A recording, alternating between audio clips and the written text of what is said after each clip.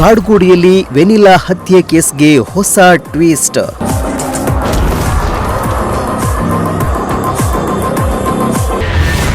ತನಿಖಾ ಲೋಪಕ್ಕೆ ಇನ್ಸ್ಪೆಕ್ಟರ್ ಸೇರಿ 3 ಅಮಾನತು.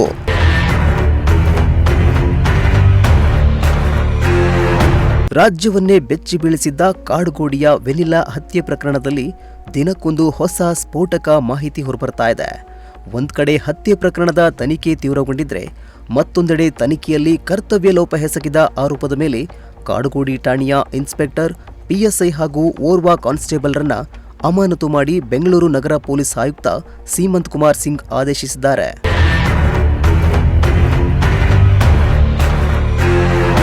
ಹೌದು, ಜೂನ್ 4ರಂದು ಹತ್ಯೆ ಪ್ರಕರಣ ದಾಖಲಾಗಿದ್ರು ಮಗು ಸಾವನ್ನಪ್ಪಿದ ಬಳಿಕ ಆರಂಭದಲ್ಲಿ ಯುಡಿಆರ್ ಪ್ರಕರಣ ದಾಖಲಿಸಲಾಗಿತ್ತು.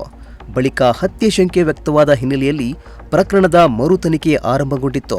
ತನಿಖೆಯಲ್ಲೇ ಅಧಿಕಾರಿಗಳ ಲೋಪ ಕಂಡುಬಂದ ಹಿನ್ನೆಲೆಯಲ್ಲಿ ಕಾಡುಗೋಡಿ ಇನ್ಸ್ಪೆಕ್ಟರ್ ಆಗಿದ್ದ ರಂಗಸ್ವಾಮಿ, ಪಿಎಸ್ಐ ನಿಂಗರಾಜು ಹಾಗೂ ಓರ್ವ ಕಾನ್ಸ್ಟೇಬಲ್ರನ್ನ ಸಸ್ಪೆಂಡ್ ಮಾಡಿ ಆದೇಶಿಸಲಾಗಿದೆ.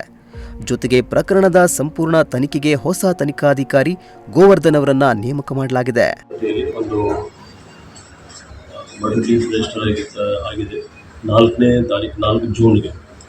ಇದು ಹಿಂದೆ 23ನೇ ತಾರೀಕು ಮಾರ್ಚ್ 23 ಒಂದು ಘಟನೆ ನಡೆದಿದ್ದು, ಅದರಲ್ಲಿ ಮಗುದು ಡೆತ್ ಆಗಿತ್ತು.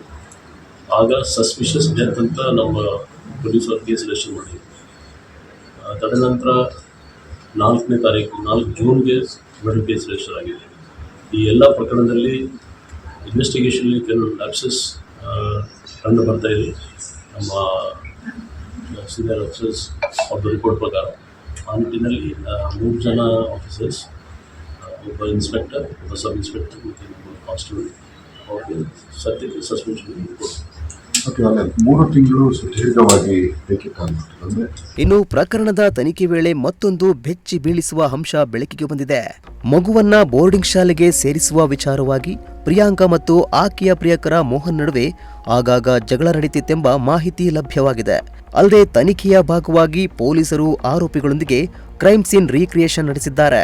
ಈ ವೇಳೆ ಮೋಹನ್ ಮಗು ಹತ್ಯೆ ಹೇಗೆ ನಡೆದಿದೆ ಎಂಬುದನ್ನ ಎಳೆ ಎಳೆಯಾಗಿ ಬಿಚ್ಚಿಟ್ಟಿದ್ದಾನೆ. ಇನ್ವೆಸ್ಟಿಗೇಷನ್ ಲ್ಯಾಪ್ಸಸ್ ಇದೆ. ಆ ಲ್ಯಾಪ್ಸಸ್ ಬಗ್ಗೆ ಯಾರ ಮೇಲೆ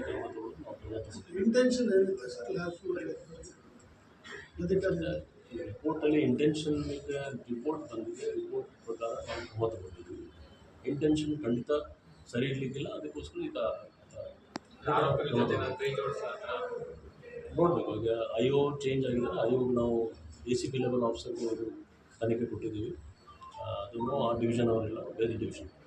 ಸರ್, ಈಗಿರುವಂಥ ಇನ್ಸ್ಪೆಕ್ಟರ್ ಆದರೆ ಆ ಸಂದರ್ಭದಲ್ಲಿ ಇನ್ಸ್ಪೆಕ್ಟರ್ ಯಾರಿದ್ರು ಫಸ್ಟ್ ಸಸ್ಪಿಷಿಯಸ್ ಡೆತ್ ಅಂತ ಕೇಸ್ ರಿಜಿಸ್ಟರ್ ಆಗಿತ್ತು.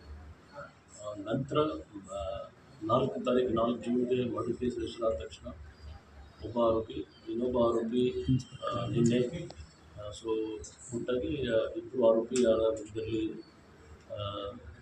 ಅಕ್ಯೂಸ್ಡ್ ಇದ್ದಾರೆ, ಅರೆಸ್ಟ್ ಆಗಿದೆ. ಸರ್, ಇಂಟೆನ್ಷನ್ ಏನು? ಈಗ ಮರ್ಡರ್ ಕೇಸೇ ರಿಜಿಸ್ಟರ್ ಆಗಿದೆ 4ನೇ ತಾರೀಕು. ಸೊ ನಮ್ಮ ಏನು ಐಒ ಯಾರಿದೆ, ಐಒ ನಾವು ಚೇಂಜ್ ಮಾಡಿ ಒಬ್ಬ ACP ರ್ಯಾಂಕ್ ಆಫೀಸರ್ ಬೇರೆ ಡಿವಿಷನ್ನಿಂದ ನೇಮಿಸಿದ್ದೇವೆ. ಹಾಗೂ ತನಿಖೆ ಮುಂದುವರ್ತಿರೋ ತನಿಖೆಯಲ್ಲಿ ಏನು ಯಾವ ರೀತಿ ಕಂಡು ಬರ್ತದೆ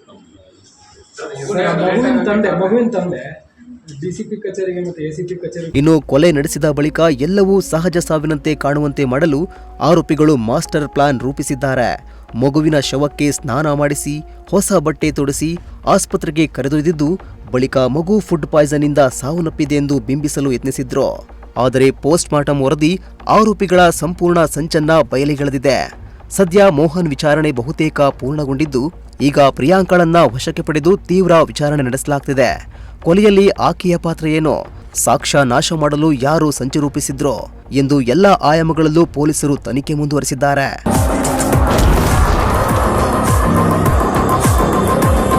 ಒಟ್ನಲ್ಲಿ ವೆನಿಲಾ ಹತ್ಯೆ ಪ್ರಕರಣದಲ್ಲಿ ದಿನಕ್ಕೊಂದು ಹೊಸ ರಹಸ್ಯ ಹೊರಬೀಳ್ತಾ ಇದ್ದು, ತನಿಖೆ ಮುಂದುವರಿದಂತೆ ಇನ್ನಷ್ಟು ಸ್ಫೋಟಕ ಮಾಹಿತಿಗಳು ಹೊರಬರುವ ಸಾಧ್ಯತೆ ಇದೆ. Bureau report, Prajashakti TV, Bengaluru.